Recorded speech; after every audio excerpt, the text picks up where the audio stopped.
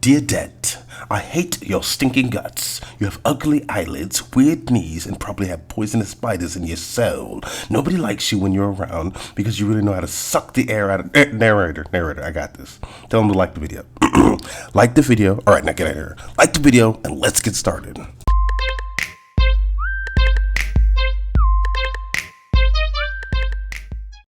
What's going on, guys? Aesthetic Crypto back again to talk to you about debt. Now, debt is not inherently good or inherently bad, but I'm going to go over it, and then we are going to soon see how it can end up being bad for the U.S. economy. Now, debt is the huge part of the money system that we have. We have what we call fiat currency, paper dollars that used to be backed by gold, but I believe in the 70s or 80s, it was moved away from that. So now we just have it backed by debt and IOU, the debt from the biggest, largest economy in the world. What's up, guys? Post-production Aesthetic Crypto here, wanted to drop a note that I wanted to explain that point more clearly. So I'm dropping a video in here that I think does a great job. I'll link the video in my description too. Here it is. The fall of the gold standard. At the start of the Federal Reserve, very little changed for average Americans. Over time, an ounce of gold had become valued at around $20, which itself was still worth an ounce of silver. The eruption of World War I changed the world forever.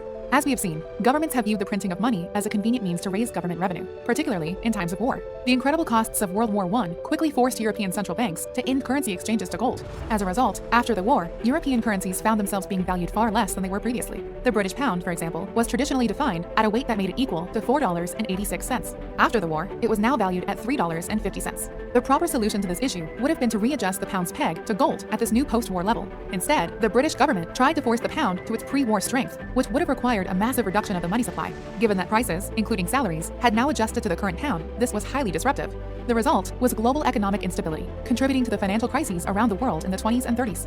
In America, President Franklin Delano Roosevelt's response to the Great Depression was an aggressive use of government power. The creation of new government programs, bureaucracies, and public works required levels of spending far beyond anything seen during World War I. Since the government does not create anything on its own, and taxing is difficult during a depression, the Federal Reserve was a major tool of the state. This was made easier in 1933 when FDR announced Executive Order 6102, which meant Americans would no longer be able to trade in their dollars for gold, and that all privately owned gold was to be confiscated. This allowed FDR to immediately devalue the dollar, an unprecedented transfer of wealth away from Americans and into government. In response, agents of major central banks gathered in Bretton Woods, New Hampshire, and adopted a new gold exchange standard. This Bretton Woods system worked as follows. The U.S. remained on the classical gold standard, redeeming dollars in gold. British pounds and other currencies were not payable in gold coins, but only in large-sized bars, suitable only for international transactions. This prevented the ordinary citizens from using gold in their daily life, and empowered governments to accept a wider degree of paper and bank inflation, which they did. The following decades saw many of FDR's radical expansions of government power made permanent, and then expanded. This was coupled with a growing American military footprint, with wars in Korea and Vietnam, and military bases established around the world. This continued increase in spending both domestically and abroad resulted in severe inflation beginning in the 1960s. This led foreign countries to consider exchanging their dollars for gold, as was still allowed. In response, the American government cut the dollar from its last tie to gold in 1971 under Richard Nixon. For the past 50 years, the world government has been engaged in a radical experiment with global currencies backed by nothing but the credibility of their issuing central bank. Understanding the consequences of this modern fiat money system is one of the most important economic issues in the world today. Okay, so not the best system in the world, but hopefully that was clarified enough. The big problem starts when the imbalance starts. How much debt is happening per year versus how much growth are we making per year? I'll talk more about that right now. Now, the issue really starts when America's GDP is not high enough for that year. The amount of money America makes over the year is less than the amount of money that America owes during the year. And generally, at least for the past few years, that's how we've been working, off of a negative GDP or a lower GDP, which means that debt is only going to increase higher and higher. Now, we're a very credited company, we're a very respectable company, and it's not an issue right now, but it does eventually seem like this will be death from 1,000 paper cuts, because we're only slowly continuing to increase the money supply, and the more money that goes into the money supply, the higher prices will go for everything. The simple fact of the matter, you have a set amount of money, let's say 1 billion, you add another billion to that economy, and nothing else is necessarily happen.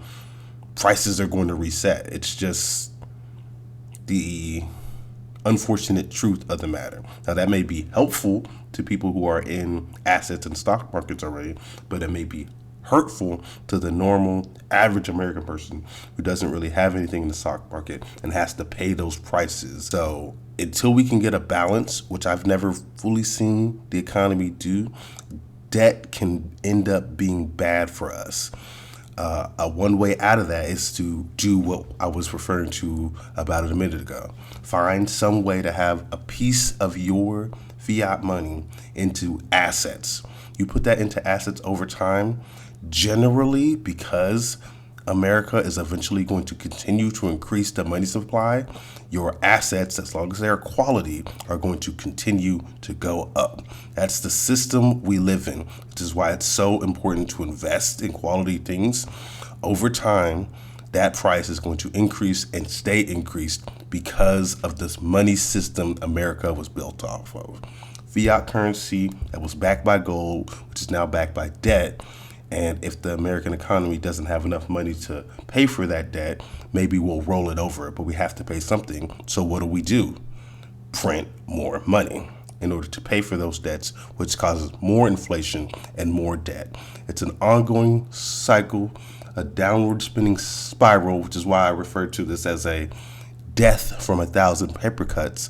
But if you know how to maneuver around in the system, you can make this debt money system work for you. A very interesting way to run a business. I don't think I would run a business as a company just purely backed by debt, but we have one of the strongest militaries in the world, the biggest economies in the world, experience and respect. So this will last for a while, but if you think about it, nobody really knows where it's going or how it's going to end. So all I would say is prepare yourself in the future to have more money, asset, resources than you do now. Use the tools that America has now for you. You know that the money system is going to keep going until we're told otherwise. So plan accordingly. That's all I had to say about debt. That's all I had to say about this video. Another quick one. Thanks for watching. Take it easy.